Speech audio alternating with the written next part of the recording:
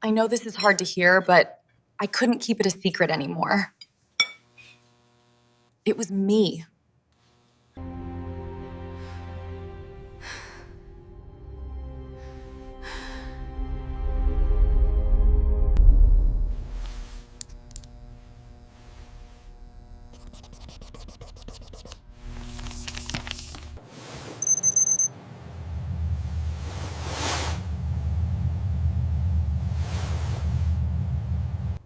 I'm so sorry. There was nothing we could do. No. Oh, God, no.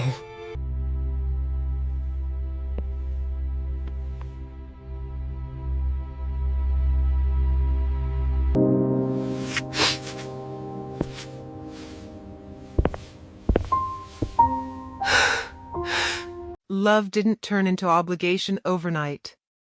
It happened slowly, quietly, in conversations that sounded reasonable. Lena said, "Marriage needs stability." I said, "I know." She smiled and said, "A real man prepares before the wedding." I laughed and said, "I am preparing." She tilted her head. "Then why do you still sound unsure?" I said, "Because preparation isn't the same as sacrifice." She frowned like I had spoken the wrong language. Her mother said it first at dinner. "You own an apartment," she said. "That's rare for your age." I nodded. Her father smiled and said, "It shows responsibility." Lena squeezed my hand under the table. Her mother continued, "So giving it to Lena after marriage makes sense." I pulled my hand away and said, "Giving?" Lena laughed softly. "She means as a wedding gift." I stared at her. "That's not a gift," I said. "That's my home."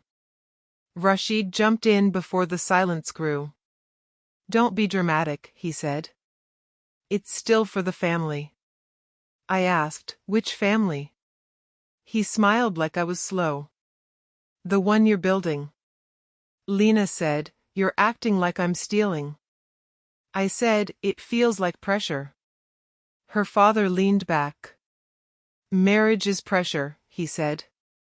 "If you can't handle that, maybe you're not ready." My chest tightened. Lena whispered, "Please don't embarrass me." My mother called me later that night. She said, "Why are you arguing?"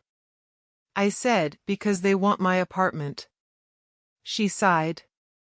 "You always make things sound harsh." I said, "What part is soft?" She said, "A man gives for love." I asked, "Does a woman give back?" She went quiet. Then she said, "Don't ruin your future over pride." I sat on my bed and said, "I'm not proud. I'm scared." She replied, "Fear means you still have growing to do." Lena came over the next evening. She sat close, knees touching mine, voice gentle. "I don't want to fight," she said. I said, "Then stop asking." She shook her head. "I'm not asking," she said. "I'm imagining our life." I said, "Without me owning anything?" She laughed softly. "Why do you think like that?" I said, "Because ownership matters." She touched my face. "Trust matters more." I looked into her eyes and saw confidence, not doubt. Rashid visited 2 days later. He walked around my apartment like he already knew the space. "Nice place," he said. "Perfect for a fresh start." I said, "It's already started." He sat down. "You're stuck on words," he said. "Gift, transfer, ownership. Marriage changes all of that." I asked, "For who?" He smiled. "For you." I said, "It sounds like it only changes things for me." He leaned forward. "You're lucky," he said. "Most men would be proud." The pressure came from everywhere after that. Lena cried at night. "Why don't you trust me?" she asked. I said, "Trust isn't paperwork." She said, "So you think I'll leave?" I said, "I don't know." She pulled her hand away. "That hurts." I said, "So does this." She wiped her tears and said, "I thought love meant safety." I replied, "I thought safety meant having a place to stand." Her parents invited me again. Her father said, "This discussion shouldn't exist." I said, "Then why does it?" Her mother said, "Because you're resisting what's normal." I said, "Normal doesn't mean fair." Lena whispered, "Please stop." Rashid looked at me and said, "You're overthinking." I asked, "Why does everyone benefit except me?" No one answered that. My mother called again. "I spoke to Lena," she said. "She's a good girl." I said, "That's not the question." She said, "You always complicate things." I said, "Because I'm the one losing something." She snapped, "Marriage is loss." I said, "Then why does it feel so one-sided?" She said, "Because you're selfish." The words stayed with me long after the call ended. Lena came over with papers. She placed them on the table gently. "This is just a formality," she said. I stared at them. "Formality for who?" She smiled. "For peace." I said, "I don't feel peaceful." She held my hands. "I promise forever." I asked, "If I don't sign?" She paused. "Why would you ask that?" I said, "Answer me." She whispered, "It would hurt us." I nodded slowly. "So this decides us." Rashid stood behind her.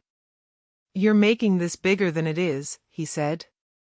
Lena squeezed my fingers. "I love you," she said. I said, "I love you too." She added, "Then prove it." The pen felt heavy in my hand. My heart said stop. My mouth said nothing. I signed. Everyone relaxed immediately. Lena hugged me. "Thank you," she whispered. Rashid clapped my shoulder. "Smart choice." Her parents smiled like a problem was solved. I smiled back because I didn't know what else to do. When they left, the apartment felt quieter than before. I looked around and said out loud, "This is for our future." That night, I stood alone in the living room. The walls looked the same. The floor felt colder. I said, "You did the right thing." My voice sounded hollow. I told myself love needed sacrifice. I told myself fear would fade. I told myself this was temporary. I stood there, proud on the surface, terrified underneath, and didn't know which feeling would win. Love didn't disappear loudly. It thinned out. Lena stopped calling first. When I texted, she replied hours later. "Busy," she said. I said, "With what?" She replied, "Life." I tried to laugh it off. "We're getting married," I said. "Life is us." She sent a thumbs up emoji. That was the first time I felt something crack. The apartment transfer went through fast. Lena posted photos the same day. "New chapter," she wrote. I stared at my phone and said, "That was quick." When I asked her to come over, she said, "I'm tired." I said, "I just wanted to sit together." She replied, "You're too emotional lately." I put the phone down and told myself I was imagining things. A week later, my boss called me into his office. He didn't sit down. "We're restructuring," he said. I said, "What does that mean?" He said, "Today is your last day." I laughed once because my body didn't know what else to do. You're serious? I asked. He nodded. I'm sorry. I packed my desk in silence. On the way out, I called Lena. She didn't answer. She finally called back that night. What's wrong? She asked. I said, I lost my job. There was a pause. Then she said, how? I said, they downsized. She sighed. That's bad timing. I said, I'm scared. She replied, you need to calm down. I said, I just gave you my apartment. She said, don't throw that in my face. I said, I'm not. I'm reminding you. I asked if she could come see me. She said, I'm at my parents' place. I said, so? She replied, I don't want drama. I asked, am I drama now? She said, you're stressed, and it's draining. I swallowed. I need support, I said. She answered, you need a plan. I stared at the wall and said, I thought we were the plan. Days passed slowly.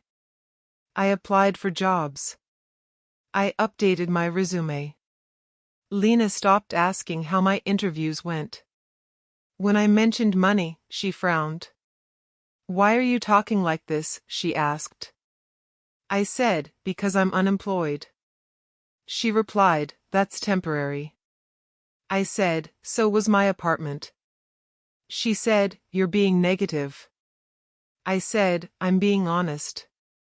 I visited Rashid one afternoon to clear my head. I stood outside his office and heard voices inside. Rashid said, the timing worked perfectly. Another man laughed. Assets secured? Rashid replied, all transferred. My chest tightened. I stepped back, my heart pounding. I told myself I misheard. I told myself not to jump to conclusions. I went home feeling sick. That night, I asked Lena directly. Did you talk to Rashid about my apartment before we discussed it? She looked away. Why does that matter? I said, answer me. She said, he gives advice. I asked, about what? She said, marriage. I said, or assets. She snapped, why are you obsessed? I said, because I feel stupid. She crossed her arms. You're overthinking again. Her patience vanished after that. When I said I felt uneasy, she said, figure it out like a man. I asked, what does that mean? She said, stop depending on me emotionally. I laughed bitterly. You depended on me financially. She said, that's different. I asked, how? She said, because that's responsibility. I said, so is loyalty. She didn't answer. One evening, I went to her place unannounced. She looked surprised, not happy. You should have called, she said. I said, I wanted to see you. She stepped aside. Her phone buzzed on the table. Rashid's name flashed. She grabbed it too fast. I said, why are you nervous? She said, I'm not. I said, then unlock it. Her face changed. Why are you acting crazy? She asked. I said, because nothing makes sense. She shook her head. You're insecure since losing your job. I said, give me the phone. She hesitated. That hesitation said everything. I reached for it. She pulled back. Stop, she said. I said, if there's nothing to hide, stop hiding. She finally handed it over. My hands shook as I scrolled. Messages stacked neatly. Rashid wrote, once it's transferred, he's trapped. Lena replied, he won't leave. Rashid said, he won't have a choice. Lena typed, I feel bad. Rashid answered, feel secure instead. My vision blurred. My ears rang. I whispered, so this was planned. Lena said my name softly. I looked up. How long? I asked. She didn't answer. I asked again. How long? She said, before the engagement. I laughed, sharp and broken. So I was an investment. She said, that's not fair. I said, you called me an asset. She said, you read it wrong. I said, I read it clearly. She reached for my arm. I stepped back. You used love as leverage, I said. She cried. I was scared, she said. I replied, so you sacrificed me. She said, I didn't think you'd fall apart like this. That sentence hurt more than the messages. I said, you thought I'd endure. She whispered, that's what men do. I handed her the phone. We're done, I said. She looked stunned. Don't be dramatic. I said, you already did that for me. I walked out without shouting. The hallway felt longer than before. Outside, the air felt heavy. I said out loud, the love I trusted was a transaction. I walked until my legs hurt. Every promise replayed in my head. Forever. Trust me. We're a team. I realized every word had a price. I stopped under a streetlight and laughed quietly. I paid everything. My chest burned, but my mind felt clear for the first time. I said, I have nothing left. And I finally understood why love changed the moment I did. I asked them both to meet me because I needed to hear it out loud. Lena arrived first. She didn't look nervous. She looked prepared. Rashid came 5 minutes later, calm as always. I didn't sit down. I said, tell me the truth. Lena sighed. Rashid smiled faintly. About what? He asked. I said, about me. Lena crossed her arms. You already read the messages. I said, I want to hear you say it. Rashid leaned back. You're reacting emotionally, he said. I laughed once. You planned my life, I said. Say it. Lena looked at the table. Rashid said, it was smart planning. The words hit harder than I expected. Smart, I repeated. Lena finally spoke. Marriage needs security, she said. Romance doesn't pay bills. I stared at her. So love was optional? She shrugged. Love follows stability. I asked, when did I stop being a person? Rashid answered, you were always an asset. Lena flinched but didn't deny it. You had something valuable, she said. And you were willing. I said, because I trusted you. She replied, trust doesn't change reality. I asked, did you ever love me? She hesitated. Rashid cut in. Don't make this messy. I said, it's already filthy. I waited for regret. It didn't come. Rashid said, you should be proud. Lena said, you did what a good man does. I said, a good man gets emptied?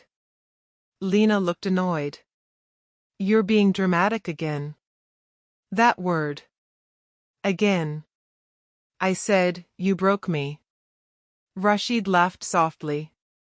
You broke yourself. I felt something snap inside me. I stood up. My legs felt weak. I gave you everything, I said. Lena replied, and now you're blaming us because it didn't work out. I shook my head. You planned for me to lose. Rashid said, collateral damage. I whispered I was disposable. Lena said, "You're alive." Rashid added, "Be grateful." I walked out before I said something I couldn't take back. Outside, rain hit my face like punishment. I didn't open an umbrella. I wanted to feel it. My head buzzed. Every word replayed. Asset. Planning. Security. I said out loud I was stupid. A stranger passed and looked at me strangely. I didn't care. I walked faster.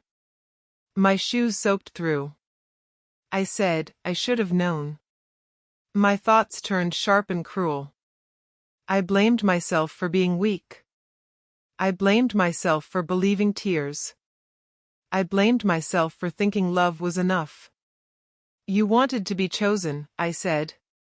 So you erased yourself. I laughed bitterly. Cars rushed past, spraying water. The city felt loud and empty at the same time. I remembered Lena's smile when I signed. Rashid's calm voice. My mother's words. A man gives. I said, I gave my life. My chest hurt. I couldn't tell if it was anger or grief. I walked without direction. The rain blurred the streetlights. I whispered, I have nothing. My phone buzzed. Lena. I didn't answer. It buzzed again. Rashid. I didn't answer. I shoved the phone into my pocket and kept walking. You don't get to explain, I said. You already decided. My hands shook. I tried to breathe. The air felt heavy.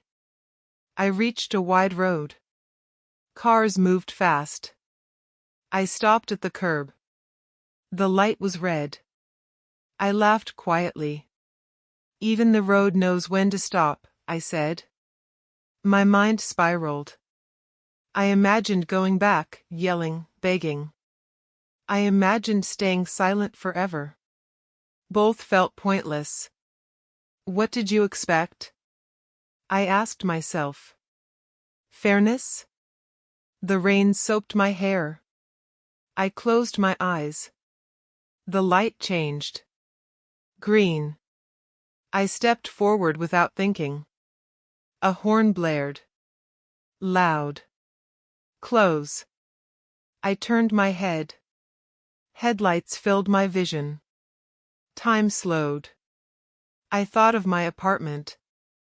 My name on the deed. I thought of Lena's voice saying forever. I thought of Rashid saying smart. I thought of my mother telling me to endure. Impact came like thunder. Pain exploded. Then everything went quiet. I fell. The rain felt cold on my face. My body wouldn't move. My thoughts raced. So this is it, I said inside my head. This is how it ends. I tried to breathe. It hurt. I tried to speak. No sound came out. Images flashed. Lena laughing. Rashid shaking hands. Me signing papers. Me standing alone in the apartment. I felt shame burn deeper than pain. I gave my life away, I thought. For approval. The streetlight above flickered. The world felt far away. Sounds faded into echoes. I wanted to say I was sorry. I didn't know to who. I wanted to say I tried. I wanted to say I mattered. My chest tightened. Darkness crept in from the edges. This hurts more than death, I thought. Because I know why. The rain kept falling. The road stayed cold. I closed my eyes and let go, realizing too late that betrayal didn't kill me. Believing in it did. I woke up choking, my hands gripping the bedsheet like I was drowning. I sat up and shouted, "No," before I even understood where I was. My chest burned. My heart raced. I looked around and froze. This was my old bedroom. My walls. My desk. My alarm clock. I whispered, "That's not possible." I grabbed my phone with shaking hands and checked the date. My breath caught. Weeks before, I said. Weeks before everything. I stood up too fast and felt dizzy. Memories slammed into me. The rain. The headlights. The impact. I pressed my palms against my face and said, "I died." My voice sounded strange in the quiet room. I walked to the mirror and stared at myself. I looked tired, but alive. "You're alive," I said. My knees almost gave out. I leaned on the sink and whispered, "I won't do it again." At work, I forced myself to act normal. I smiled. I nodded. I answered emails. Inside, my thoughts screamed. This is before the transfer, I told myself. Before the lie. My coworker Mark asked, "You okay?" I said, "Didn't sleep." He laughed. "Join the club." I laughed with him and felt sick. Every sound felt too loud. Every moment felt borrowed. I called Lena during lunch. "Hey," I said. Her voice was warm. "I miss you." My chest tightened. "I miss you too," I said carefully. She said, "You sound serious." I replied, "I'm just thinking." She laughed. "You always think too much." I swallowed and said, "Yeah." When the call ended, I whispered, "Not this time." That evening, I pulled out my apartment documents. I read everything slowly. Transfer clauses. HOA bylaws. Payment responsibilities. My head throbbed. What did you miss? I asked myself. I searched the HOA name online. Old complaints popped up. Words jumped out. Special assessments. Emergency repairs. My stomach dropped. That's it, I said. That's what I never saw. The next morning, I went to the HOA office. A woman looked up and said, "Can I help you?" I said, "I need to speak to the manager." She nodded. "Ms. Hale will see you." Ms. Hale didn't smile. She looked tired. "You own Unit 24, she said. I nodded. She said, "For now." I stiffened. She noticed. "Sit," she said. I asked, "Is there something wrong with the building?" She leaned back. "Wrong is a strong word." I said, "Try me." She sighed. "It's old." I said, "I know." She said, "And expensive." I asked, "How expensive?" She slid a paper toward me. Upcoming repairs. I read the numbers and felt cold. "These are huge," I said. She nodded. "They always are." I asked, "Who pays?" She replied, "The owner." I said, "All of it?" She said, "Every assessment." I swallowed. "Even future ones?" She looked at me carefully. "Especially future ones." My heart raced. "When?" I asked. She said, "Soon." I leaned back and laughed quietly. "So that's the trap." She raised an eyebrow. "Trap?" I said, "Never mind." I walked out slowly. The air felt different. "They wanted me to carry this," I said. "Then hand it over clean." I thought of Lena's smile. Rashid's calm voice. My death replayed in my mind. I stopped on the sidewalk and said, you didn't want my love. You wanted my shield. My hands stopped shaking. Clarity settled in. That night, Lena came over. She smiled and said, "You look better." I said, "I slept." She sat close. "Good," she said. "Stress isn't attractive." I nodded. "Neither is pressure." She frowned. "What's that supposed to mean?" I smiled lightly. "Nothing." She relaxed. "Good. I don't want tension." I thought, you created it. Rashid called later. "Dinner tomorrow," he said. I replied, "Busy." He laughed. "You always say that." I said, "This time it's true." After the call, I stood in the dark living room. I remembered the road. The impact. The silence. I said out loud, "You don't get me twice." Before bed, I looked in the mirror again. I touched my chest and said, "You already died once." I met my own eyes.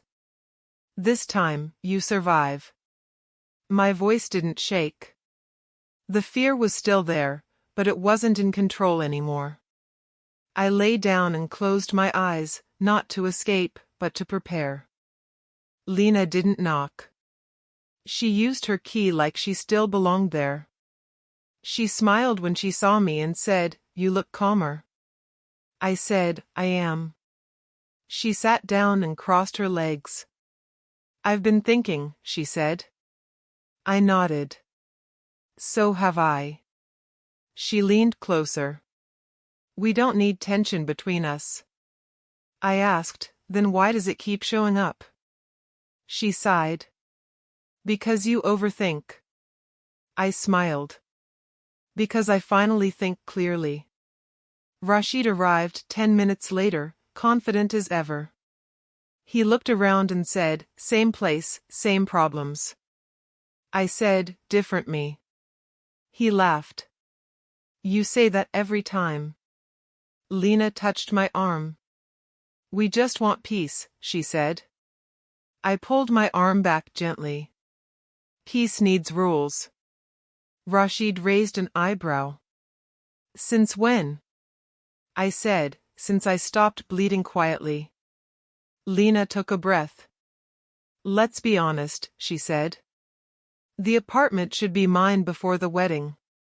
Rashid nodded. "It avoids complications." I nodded too. They both froze. Lena blinked. "You agree?" I said, "Yes." Rashid smiled wide. Lena reached for my hands. "I knew you'd understand." I raised one finger. "With conditions." Rashid frowned.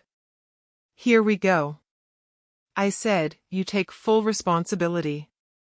Lena tilted her head. "Responsibility for what?" I said, "Everything." Rashid laughed. "Don't be vague." I leaned forward. HOA fees. Special assessments. Repairs. All of it. Lena's smile slipped. "That's not fair." I shrugged. "Ownership isn't fair." Rashid snapped, "That's not how gifts work." I replied, "Then it's not a gift." Lena's voice sharpened. "Why are you being difficult?" I asked, "Why are you rushing?" Rashid stood up. "You're changing the deal." I said, "I'm defining it." Lena whispered, "You're scaring me." I looked at her. "I was scared when I trusted you." Rashid slammed his hand on the table. "Enough." I stayed seated. "No. This is enough." Lena paced. "You never mentioned HOA before." I said, "You never asked." She said, "You're trying to trap me." I laughed softly. "No. I'm refusing to be trapped." Rashid pointed at me. You'll regret this. I met his eyes. I already did. I learned. Lena stopped pacing. If I sign, she said, you won't interfere? I said, you'll own it. I won't. She looked at Rashid. He shook his head slightly. She looked back at me. You're serious? I nodded. Completely. Silence stretched. Lena exhaled. Fine. Rashid spun on her. Are you insane? She snapped, it's still worth it. I watched her calculation settle. Rashid glared at me. You planned this. I smiled. No. I survived it. I picked up my phone. I'm calling Hannah, I said. Lena rolled her eyes. Why involve a lawyer? I said, because trust needs structure. Rashid scoffed. You're paranoid. I dialed anyway. Hannah answered. What's wrong? I said, I need clean papers. She said, for when? I said, now. Lena crossed her arms. This is unnecessary. Hannah's voice came through the speaker. Who's receiving the property? Lena said, I am. Hannah said, then full liability transfers immediately. Rashid cut in. That can be adjusted. Hannah replied calmly, it cannot. Lena asked, even future fees? Hannah said, especially future fees. Lena hesitated. I said nothing. Rashid whispered, don't. Lena closed her eyes. Send the papers, she said. Hannah paused. Read everything. Lena snapped, I will. Papers arrived minutes later. I printed them.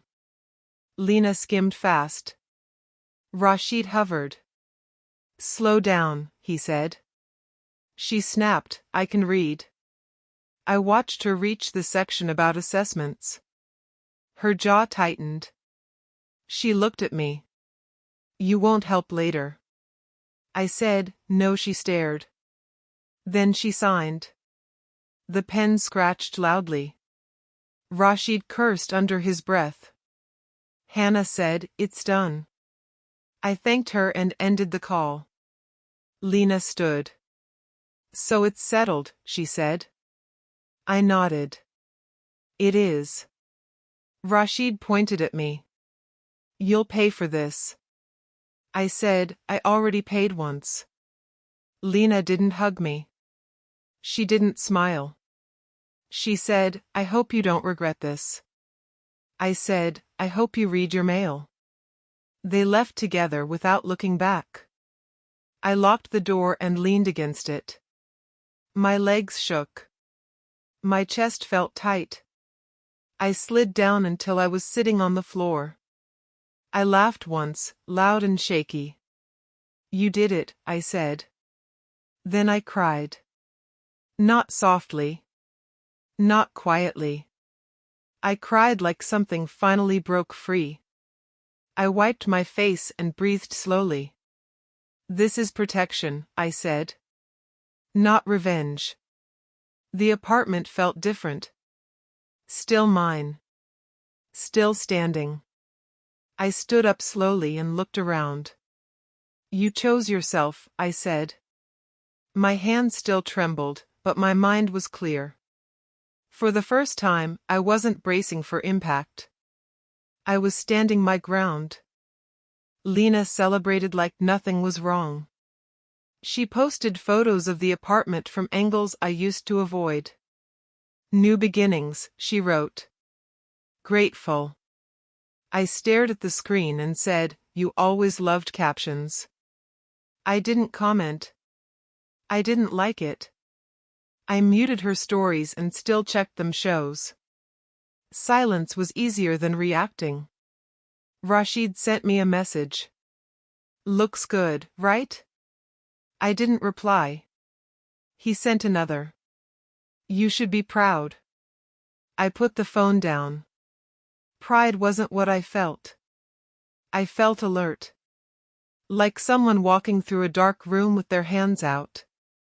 I went back to the HOA office 2 days later. Ms. Hale looked up when she saw me. You again, she said. I smiled. Still breathing. She didn't smile back. You transferred ownership, she said. Why are you here? I said, I want to understand the timeline. She leaned back. You should have asked that before. I nodded. I did. Just late.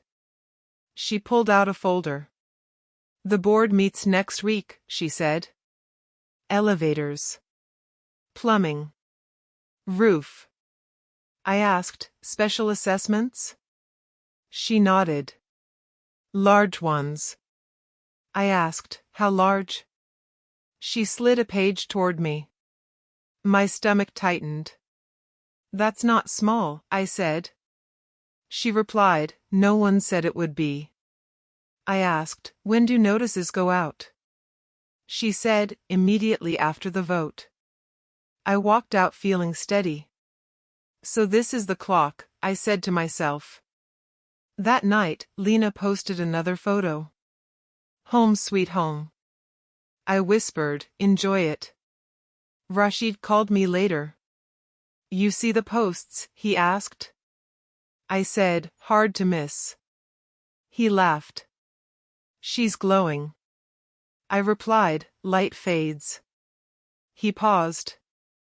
You sound bitter. I said, I sound honest. A week passed. Lena didn't call. I didn't call. The board voted. Ms. Hale emailed me by habit, then corrected herself. Sorry, she wrote. Old contact. I read the attachment anyway. My pulse stayed calm. Here it comes, I said. The first notice arrived at Lena's place. I knew because she called me screaming. What is this? She shouted. I held the phone away from my ear. Hello to you too. She yelled, why is the HOA charging this much? I said, because they can. She snapped, this is insane. I replied, it's ownership. She didn't breathe for a second. Then she said, you knew. I said, yes. She screamed, you set me up. I said, no. I stepped out. She yelled, fix this. I said, I can't. She said, you have to. I replied, it's your apartment. She went quiet. Then she cried. Loud. I can't afford this, she said. I closed my eyes. I know. She whispered, help me. I said, I already did. I helped myself. She called me cruel. She called me heartless. I said nothing until she ran out of words. Then I said, read the papers. She hung up. Rashid called an hour later. What did you do? He asked. I said, nothing. He laughed sharply. Don't lie. I said, I told the truth. He said, you look pathetic now. I asked, why? He said, because you're watching from the sidelines. I said, because I'm alive. He scoffed. This isn't over. I replied, it never is. Lena texted all night. Please. We can talk. You owe me. I read them all and answered one message. You signed. She replied, I trusted you. I stared at that sentence. You trusted me? I typed. She didn't answer. The next morning, I met Ms. Hale again. She looked tired. People panic, she said. I asked, does it ever end well? She shook her head. Not usually. I nodded. I won't be here when it explodes. She looked at me carefully. You planned this. I said, I escaped it. Rashid showed up at my workplace that afternoon. He leaned against my desk. You enjoying this? He asked. I said, no. He smiled. Then why do it? I said, because I learned. He leaned closer. You think you're smarter now? I said, I think I'm done being useful. His smile faded. Careful, he said. People like me don't lose quietly. I met his eyes. I already died loudly. Lena called again that night. Her voice was hoarse. They're increasing it again, she said. I replied, there's more coming. She whispered, why didn't you stop me? I said, because you didn't want to be stopped. She said, I thought you loved me. I answered, I loved the idea of us. You loved the outcome. She sobbed. I listened until the sound changed from anger to fear. Then I said, I can't carry this. When the call ended, I sat alone in the dark. My hands rested on my knees. My heart wasn't racing. It was steady. This isn't revenge, I said out loud. This is distance. I realized something then. Watching her struggle didn't feel good. It felt necessary. Like pulling your hand out of fire and watching it burn without you. I checked my bank account. I checked job listings.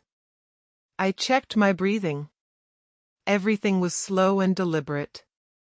Survival, I said. That's the goal. Not punishment. Not victory. Just staying standing. Lena posted less after that. Rashid stopped laughing. The noise faded. I stood by the window and watched the city breathe. You didn't win, I told myself. You lived. And for the first time, that felt like enough. The bills didn't come all at once. They crept in, one after another, like teeth sinking deeper every week. Lena called me the morning the second notice arrived. She didn't say hello. She shouted, they doubled it. I held the phone away and said, good morning to you too. She screamed, stop pretending you don't know. I replied, I know exactly. She said, this is your fault. I said, it's your ownership. She switched tactics fast. I'm drowning, she said softly. You wouldn't let someone you love drown. I said, you already did.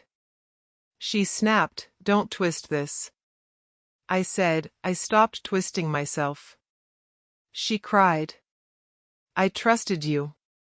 I answered, you trusted the outcome. Her voice hardened. If you don't help me, I'll tell everyone what you did. I asked, what did I do? She went quiet. That afternoon, Rashid appeared at my office again. He didn't sit. He stood too close and smiled. You're enjoying this show, he said. I said, you're mistaken. He lowered his voice. People who embarrass family regret it. I looked at him and said, people who threaten leave trails. His smile flickered. You think you're protected? I said, I think I'm prepared. I called Hannah after work. They're escalating, I said. She replied, good. Document everything. I asked, even calls? She said, especially calls. I forwarded messages. I recorded voicemails. Hannah said, don't respond emotionally. I said, I'm not. She said, that's new. I smiled without humor. I learned the hard way. Lena called again that night. She sounded furious. You ruined my life, she said. I replied, you priced it wrong. She yelled, you manipulated me. I said, you signed freely. She said, you're heartless. I paused. I'm heart protected. She hung up and called my mother. My mother called minutes later. How could you do this to her? She shouted. I said, hello, Amy. She said, don't be sarcastic. I said, then don't be blind. She cried, she's suffering. I said, so did I. She snapped, that's different.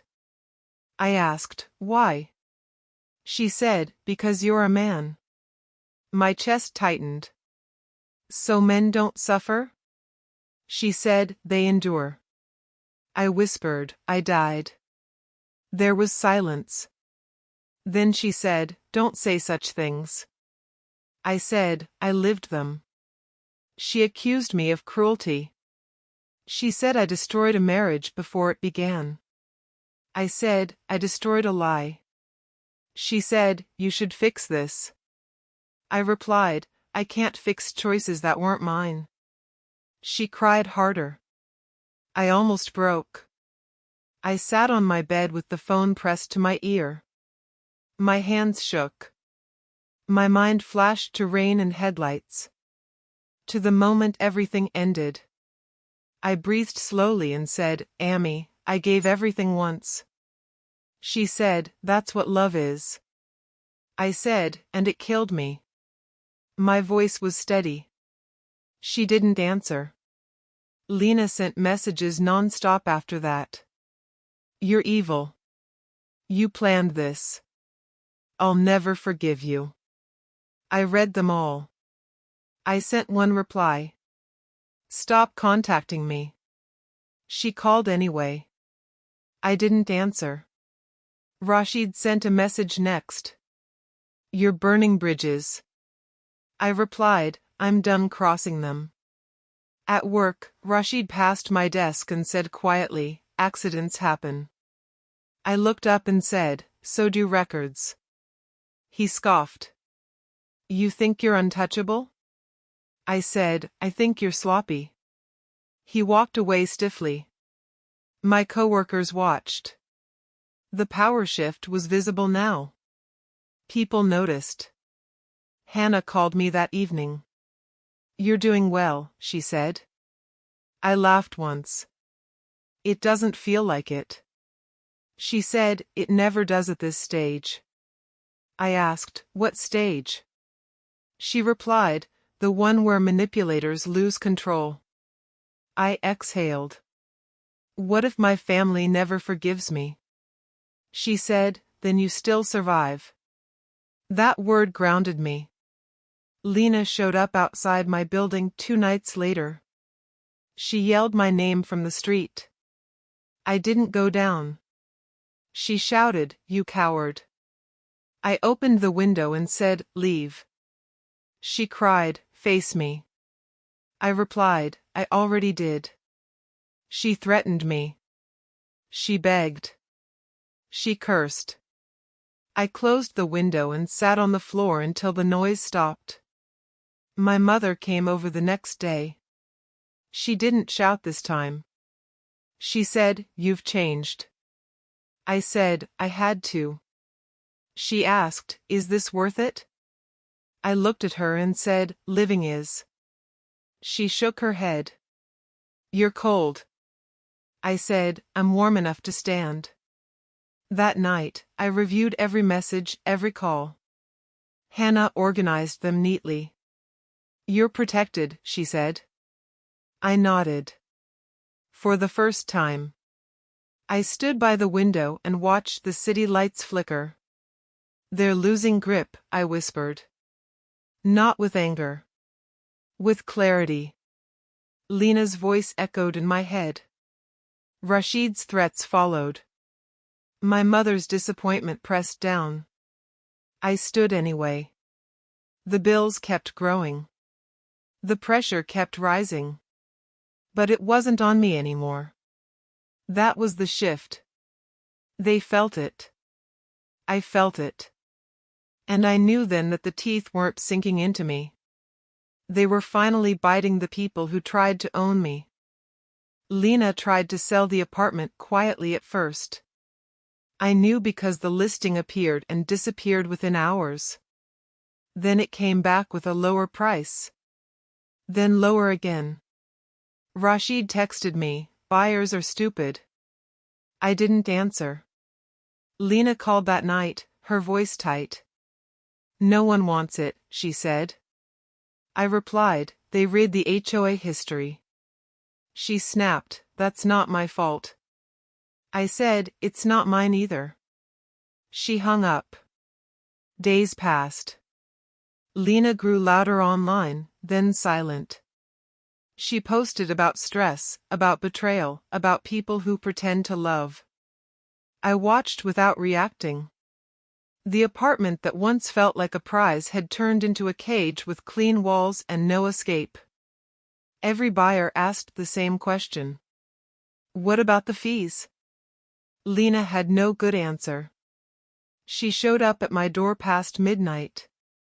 I knew it was her before I opened it. She knocked too hard, too fast.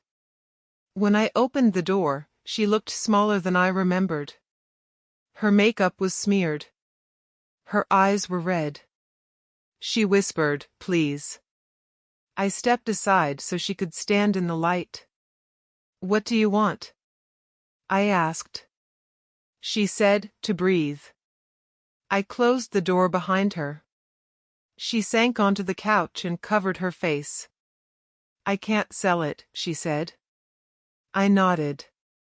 "I know." She looked up. "You're calm." I said, "I'm detached." She laughed weakly. "That sounds worse."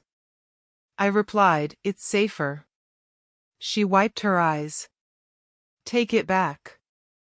I shook my head. "I won't." She leaned forward. "Just take it. Please." I said, "It's yours." She grabbed my sleeve. "I'm scared." I pulled my arm away gently. So was I. She stared at me. "You don't understand." I said, "I understand exactly." She swallowed. "I didn't do this to hurt you." I asked, "Why did you do it?" She whispered, "Because I was afraid of being poor." The words hung between us. I sat down across from her. "So you used me as protection," I said. She nodded. "I thought you'd always hold it together." I said, "You thought I'd endure." She cried harder. "I didn't think you'd break." I replied, "You didn't think about me at all." She covered her mouth. "I thought love meant security." I said, "You thought security was love." Her phone buzzed. Rashid's name lit the screen. She flinched. "Answer it," I said. She hesitated. "Please." I said, "Answer it." She put it on speaker by accident. Rashid's voice filled the room. "Why are you crying again?" he snapped. "Did you pressure him harder?" Lena froze. "I tried," she whispered. Rashid laughed. "Stop acting weak. The apartment is the point." She said, "You said you'd help me." Rashid replied, "I said it would work." She asked, "What am I supposed to do now?" He said, "Figure it out. Don't drag me down." The line went dead. Lena stared at the phone like it burned her. Her shoulders shook. "He said he'd marry me," she whispered. I said, "He'll never marry a sinking ship." She looked at me with hollow eyes. So I was disposable. I didn't answer. She nodded slowly. "I used you," she said.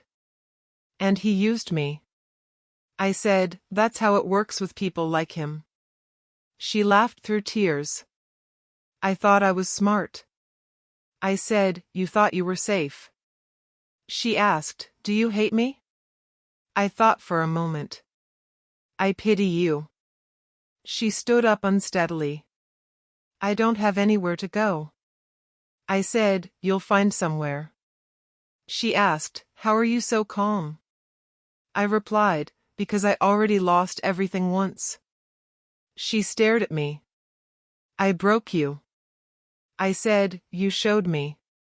She opened the door slowly. "I'm sorry," she said. This time, it sounded real. It still wasn't enough. She walked out like someone leaving a funeral. I closed the door and leaned against it. My chest felt heavy, not sharp. I sat down and let the silence settle. This isn't victory, I said to myself. This is fallout. I thought of the apartment, the walls, the fees stacking like bars. It became her cage, I whispered. Later that night, I checked my messages.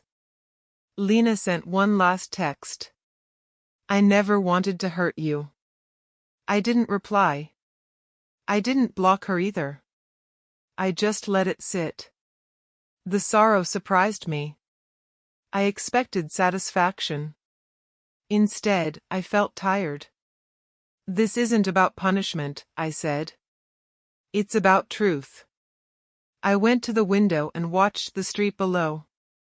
Cars passed. People moved on. I touched my chest and breathed slowly. You survived, I reminded myself. Lena didn't knock again. Rashid didn't call. The night felt quieter than usual.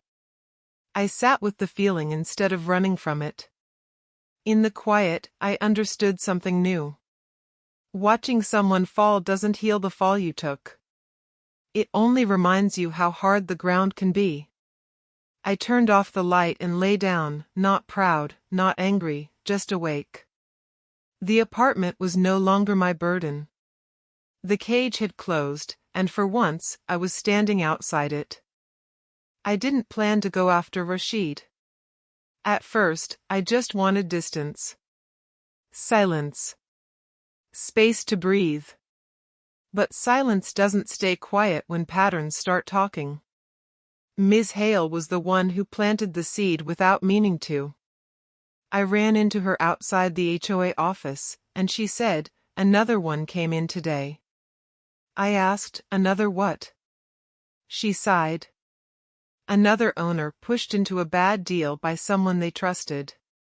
My chest tightened. Someone like Rashid? She didn't answer, but her eyes did. "I met Hannah that evening." I said, "This wasn't just me." She nodded. "It rarely is." I asked, "How many?"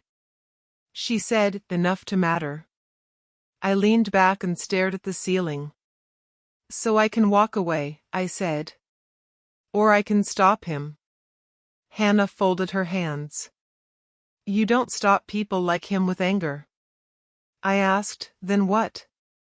She said, "With evidence." The next days filled with voices. Quiet ones. A distant cousin who lost his savings. A neighbor who signed papers she didn't understand. A friend of a friend who said Rashid always knew when to push. I listened more than I spoke. Every story sounded familiar. Pressure dressed as advice. Fear framed as love. I said, "He did the same thing to me." They nodded like that explained everything. Lena called me after a week of silence. "I heard you're talking to people," she said. I replied, "I'm listening." She hesitated. "If I help you," she said, "will he leave me alone?" I closed my eyes. "He already didn't protect you," I said. "This is about protecting yourself now." She whispered, "I'm scared." I said, "So was I." She exhaled. "I'll testify." Rashid felt it before he saw it. He cornered me in the parking lot after work. "You're spreading stories," he said. I replied, "Truth travels fast." He stepped closer. You're ruining the family. I said, you did that. He laughed sharply. You think you're righteous now? I said, I think I'm done being quiet. His face hardened. Careful, he said. You don't know what you're stepping into. I met his eyes. I already stepped into death. My mother called that night. Rashid says you're attacking him, she said. I replied, I'm exposing him. She cried. Why can't you let things go? I said, because they don't let others live. She shouted, you're tearing us apart. I said softly, I was torn apart first. She went silent. I said, Amy, I gave everything once. She said, you chose to. I answered, and it killed me. She whispered, don't say that. I said, I lived it. My voice didn't shake. I won't give my life away again to keep peace that only protects abusers. She cried quietly. You've changed, she said. I replied, I survived. When the call ended, I felt lighter, not because she agreed, but because I spoke. Hannah organized everything. Messages. Voice notes. Timelines. Lena sat across from me during one meeting, hands folded tight. She said, I didn't know he'd do this to others. I replied, you knew he did it to me. She nodded. I was selfish. I said, you were afraid. She looked up. Does that excuse it? I shook my head. No. But it explains it. Rashid tried one last time. He sent a message. We can fix this. I replied, not privately. He called. I didn't answer. He left a voicemail. You're making enemies. I forwarded it to Hannah. She smiled slightly. That's intimidation, she said. And documentation. I felt something settle in my chest. Not anger. Resolve. The complaint was filed. The board listened. Others spoke. Rashid denied everything until the pattern boxed him in. He looked smaller each time I saw him. Not weaker. Just exposed. He glared at me once and said, you did this. I replied, no. I stopped it. He laughed bitterly. You think this makes you better? I said, it makes me free. Lena testified last. Her voice shook, but she didn't stop. She said, I was promised safety. She paused. I was used. Rashid looked away. When it was over, she sat down and whispered, I feel empty. I said, that's what truth leaves behind before healing. She nodded slowly. That night, I stood by my window and thought about hate. How heavy it felt. How tempting.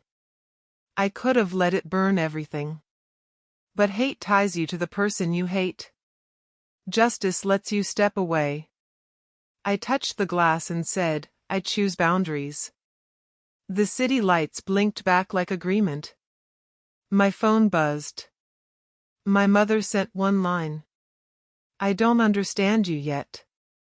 I typed back. You don't have to. Just don't silence me. She didn't reply. And for once, I didn't wait. I realized then that stopping Rashid wasn't about revenge. It was about breaking a pattern. About saying no out loud so others could hear it too. I sat down, breathing slow and steady. This is growth, I said. Not hatred. And for the first time since I woke up reborn, I felt like I was walking forward instead of running away.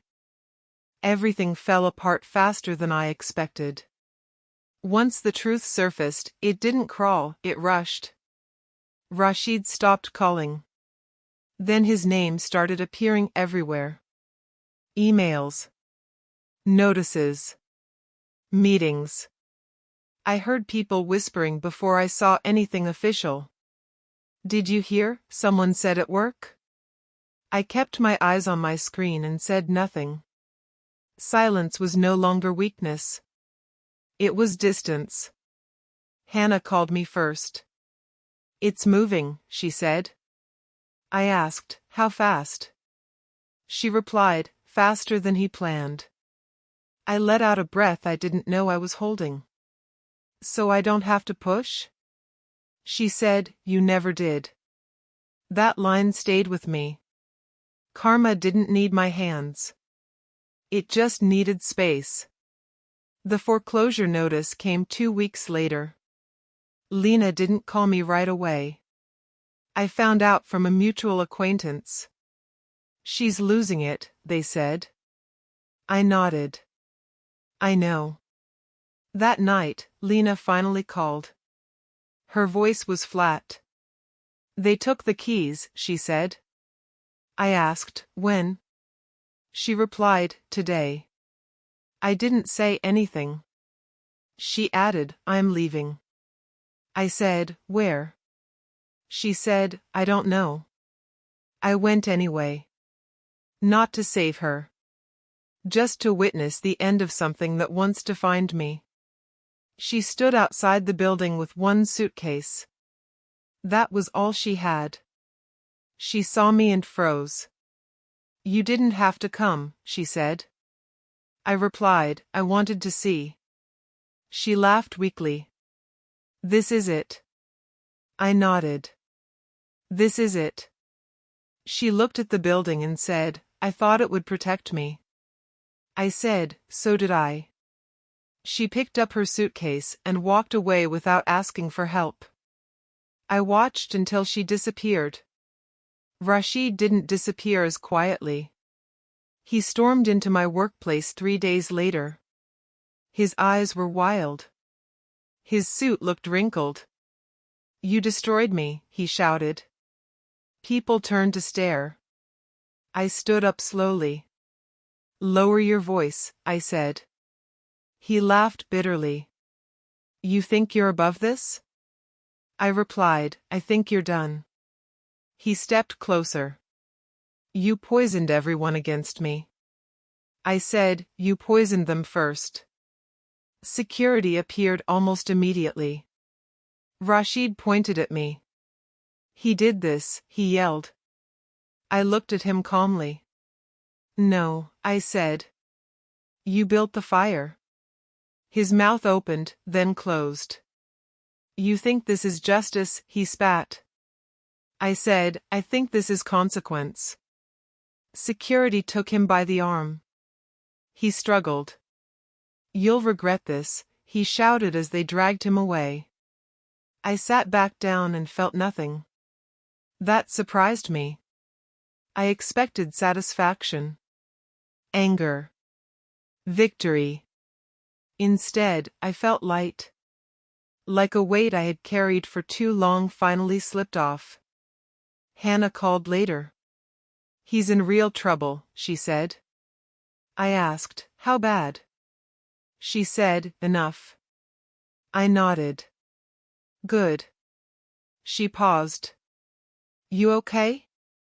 I said, "I'm empty." She smiled through the phone. "That's the space healing needs." My mother called that night. Her voice sounded tired. "It's everywhere," she said. I replied, "I know." She asked, "Did you really have to do this?" I said, "I didn't do it. I stopped it." She went quiet. Then she said, "I don't recognize him anymore." I said softly, "I didn't recognize myself either."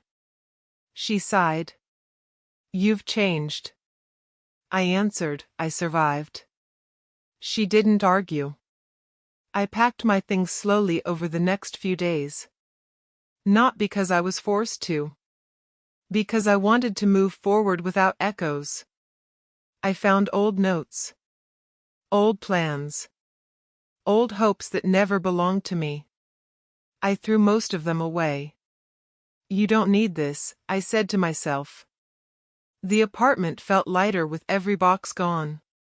Lena sent one last message. I'm leaving the city. I stared at it for a long time. I didn't reply. Not out of cruelty. Out of closure. Some conversations end without words. I understood that now. I deleted the message and felt calm. Rashid tried once more. A letter arrived at my office. 3 pages of blame. He said I ruined the family. That I betrayed blood. That I would regret choosing outsiders over kin. I read it once and handed it to Hannah. She said, "You don't need to respond." I nodded. I won't. Silence again. Stronger this time. On my last night in the apartment, I stood in the living room and looked around. I remembered signing papers. Remembered fear. Remembered death. You don't own me, I said out loud. The walls didn't answer. They didn't need to. I turned off the lights and closed the door behind me. As I walked away, I realized something important. Karma didn't come because I planned it. It came because I stepped aside. Because I stopped fixing what wasn't mine to fix. Because I chose survival over punishment. I didn't smile. I didn't celebrate. I just breathed. Release didn't feel loud. It felt quiet. Like the moment after a storm when the air finally clears. I adjusted my jacket and kept walking, lighter than I had been in years. The noise didn't stop all at once. It faded in pieces. One less phone call. One quieter morning. One night where I slept without jolting awake. I moved into a small apartment across town. It wasn't impressive. 1 bedroom. Thin walls. A kitchen that echoed. When I set my bag down, I said, "This is mine." No one argued. That felt new. Tarek helped me move. He looked around and said, "It's smaller." I nodded. "So am I." He laughed. "You don't look small." I said, "I don't feel stretched anymore." He leaned against the counter. "That's good." I sat on the floor. "It's quiet." He smiled. "Quiet is expensive these days." I replied, "I paid enough already." My mother came a week later. She stood in the doorway, unsure. "You didn't tell me it was this small," she said. I replied, "I didn't think it mattered." She walked in slowly. "You're really starting over." I said, "I already did. This is just the address." She sat down and clasped her hands. "I didn't want to see the truth," she admitted. I looked at her. "I know." She swallowed. "It was easier to pressure you." I said, "It was harder to survive it." She nodded. "I thought endurance was strength." I replied, "It's not, when it kills you." She looked up. "You're different." I said, "I'm alive." She reached for my hand, then stopped. "Can we still be family?" I thought for a moment. "If we don't confuse love with control." She nodded slowly. "I'll try." That was enough. Lena messaged me that night. 1 line. "I'm leaving the city."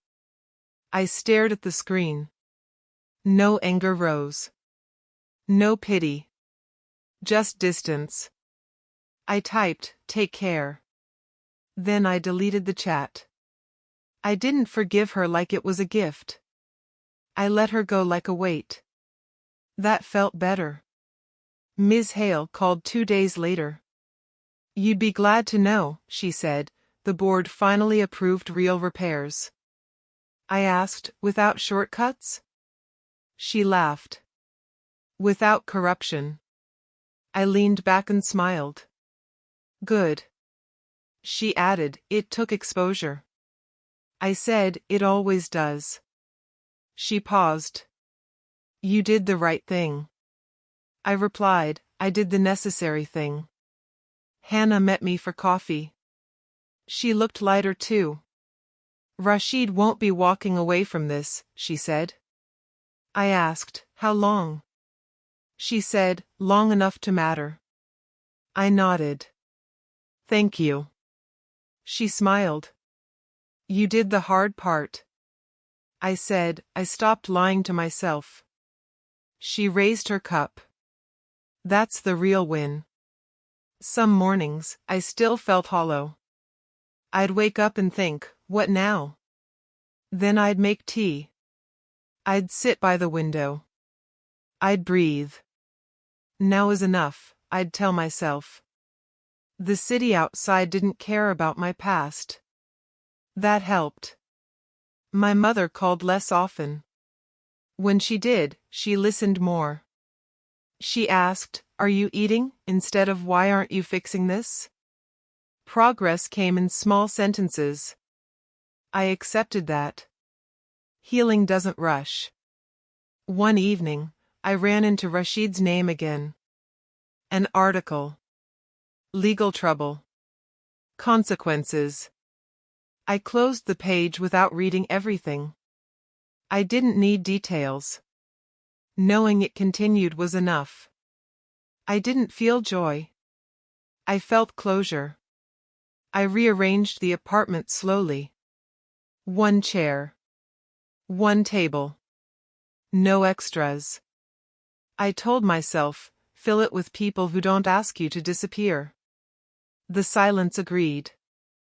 Sometimes, I touched my knuckles where the skin still felt tight. I remembered rain. I remembered headlights. I whispered, you're still here. The words grounded me. Tarek visited again and said, you're calmer. I said, I'm not chasing peace anymore. He asked, what are you chasing? I replied, stability that doesn't cost my voice. He nodded. That's rare. I smiled. So am I. At night, I stood at the window and watched lights flicker. I didn't replay conversations. I didn't plan revenge. I just stood. This is living, I said quietly. Not loud. Not dramatic. Real. I realized I wasn't reborn to fix others. I was reborn to stop breaking myself. That truth settled deeper than anger ever did. I turned off the light and lay down, not afraid of tomorrow. Peace didn't announce itself. It arrived softly, and this time, I let it stay. I stood by the window long after the city lights came on. Cars moved like slow thoughts. I rested my hands on the glass and said, so this is what remains. No one answered. I didn't need them to. The silence felt earned. I looked down at my hands and turned them over, studying the faint scars on my knuckles. I touched one and said, you survived. The words didn't shake. Tarek called while I was still standing there. You busy? He asked. I said, just thinking. He laughed. That's dangerous for you. I smiled. Not anymore. He paused. You sound different. I replied, I stopped arguing with myself. He said, that'll do it. We talked about nothing for a while. When the call ended, the quiet returned without tension. I thought about everything I lost. The apartment. The future I imagined. The version of love I believed in. I said out loud, you didn't lose nothing. I corrected myself. You lost illusions. That felt more accurate. I remembered how heavy those illusions were. How much space they took. Letting them go made room for breath. My mother visited again the next day. She didn't criticize the place this time. She sat on the chair and said, "You look settled." I said, "I am." She asked, "Do you regret it?" I considered the question carefully. "I regret abandoning myself," I said. "I don't regret stopping." She nodded slowly. "I was wrong," she said. I didn't rush to comfort her. I let the words exist. She added, "I taught you endurance, not protection." I replied, "I learned protection the hard way." She asked, "Will you ever forgive Lena?" I shook my head. "Forgiveness isn't the goal." She frowned. "Then what is?" I said, "Freedom." She sighed. "I'm still learning that word." I smiled gently. "So am I." She reached for my hand this time, and I didn't pull away. That night, I dreamed of the road again. Not the impact. Just the moment before. The step forward. I woke up calm. I sat on the bed and said, "I choose differently now." My chest felt light. The dream didn't scare me anymore. It reminded me. I met Hannah for lunch later that week. She said, "You look steady." I said, "I feel owned." She raised an eyebrow. "By who?" I replied, "Myself." She smiled. "That's the hardest contract." I asked, "Do people like Rashid ever change?" She shrugged. "Only when consequences last longer than excuses." I nodded. "Then that's enough."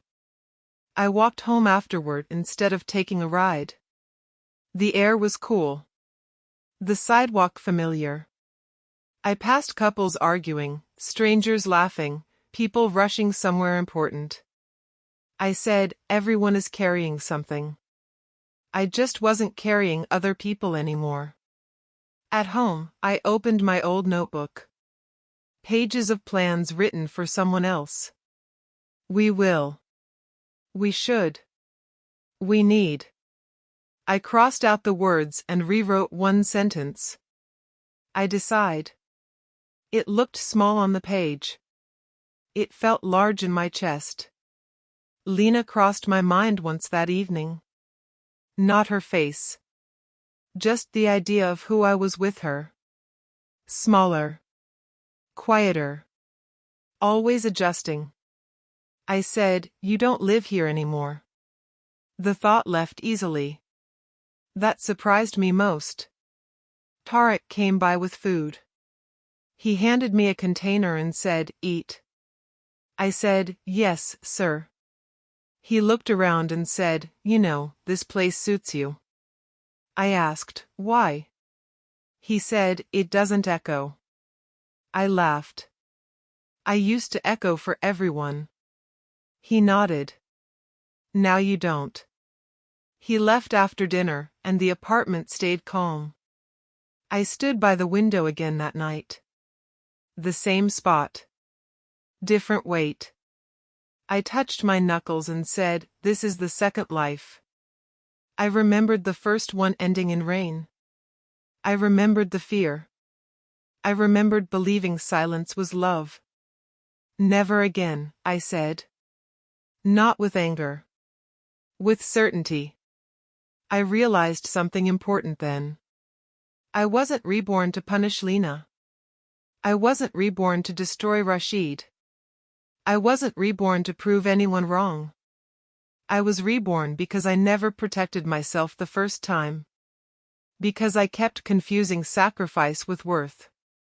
Because I believed love meant shrinking. I said, "Boundaries are not walls." The words felt right. They're doors. Doors I could open. Doors I could close. Doors I finally controlled.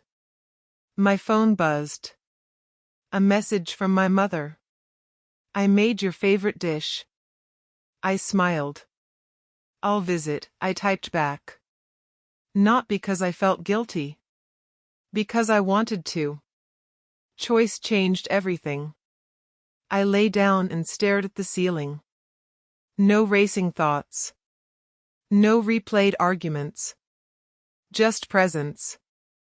This is enough, I whispered. The ceiling didn't answer. It didn't need to. I thought about the future. Not in detail. Not with fear. Just the shape of it. Work that didn't drain me. Relationships that didn't demand erasure. Love that didn't feel like debt. I said, you deserve that. Saying it felt like a promise I could keep. As sleep came, I felt gratitude. Not for pain. Not for betrayal. For clarity. For the chance to choose again. For the quiet strength that didn't need witnesses. You're still here, I told myself one last time.